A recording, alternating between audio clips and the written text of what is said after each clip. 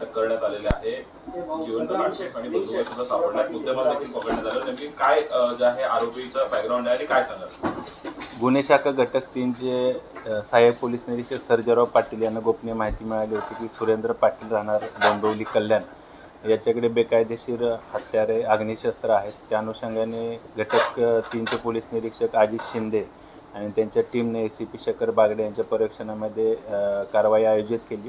त्यामध्ये सुरेंद्र पाटील याच्याकडे एकूण 3 देशी बनावटीचे पिस्टल, 1 सिक्सर रिव्हॉल्वर, 7 गावठी कट्टे, 1 रिकामी मॅगझिन, 2 एअरगन आणि 405 जिवंत काडतुसे, त्याचबरोबर 167 छरे आणि लोखंडी तलवारी, सुरा, चाकू आणि इतर साहित्य, त्याचबरोबर 3,52,000च्या नकली नोटा असा एकूण मुद्देमाल जप्त करण्यात आलेला आहे.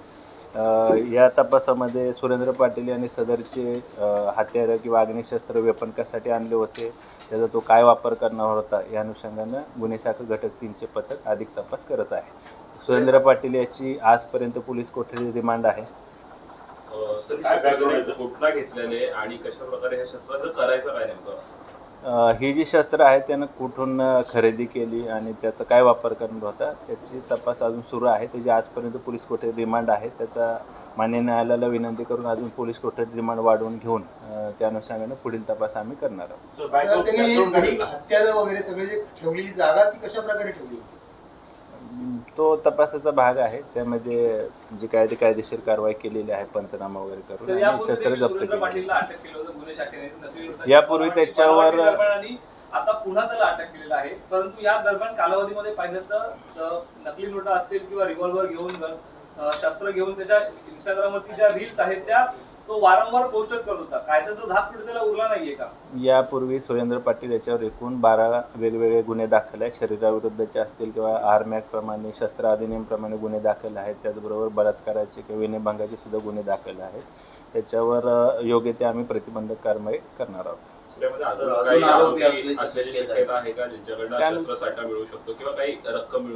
या शस्त्र खरेदीमध्ये किंवा शस्त्राचा वापर करण्यामध्ये त्याच्यासोबत अजून कोणी त्याचे साथीदार होते का, सहकारी होते का, त्या अनुषंगाने देखील गुन्हे शाखा घटक 3चे पथक तपास करत आहे. सर, अशा प्रकारच्या रील्सला इन्फ्लुएन्स होऊन सध्याची तरुण पिढी कुठेतरी भटकते. काय पालकांना, मुलांना आव्हान मेसेज असेल जे रील्सला अशा प्रकारे खोट्या बंदुकी किंवा पैशांच्या याच्यावर त्या एक वेगळ्या वर्णावर जाताना पाहायला मिळतं? मी या प्रेसच्या निमित्तानं आवाहन करतो की जे कोणी नागरिक आहेत, पीडित नागरिक आहेत, ज्यांची सुरेंद्र पाटील याच्याविरुद्ध काही तक्रार आहे, कारण सुरेंद्र पाटीलच्या विरुद्ध यापूर्वी गुन्हे दाखल आहेत, ज्यांची काही तक्रार असेल त्यांनी गुन्हे शाखेकडे संपर्क करावा. धन्यवाद. साहेब समोर साहेब साहेब सर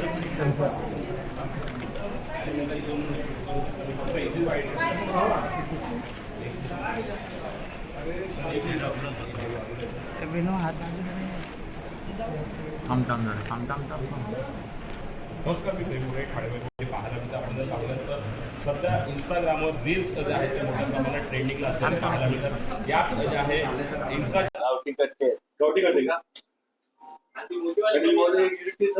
एक मोबाईल फोन है.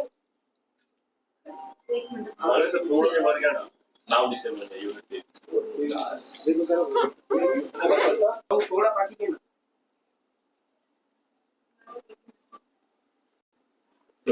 कॅश किती आहे? एकूण मुद्दे थोड़ा पार्टी के नाही, वेट.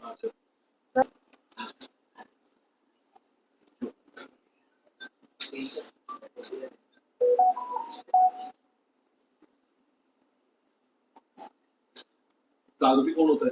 सुरेंद्र पाटील सुरू आहे. त्याचा आजपर्यंत पोलीस कोठडी आहे. त्याने वेपन कशासाठी आणले होते, त्याचा काय वापर करणार होता, या अनुषंगाने सुरू आहे. ठीक आहे, ठेवा.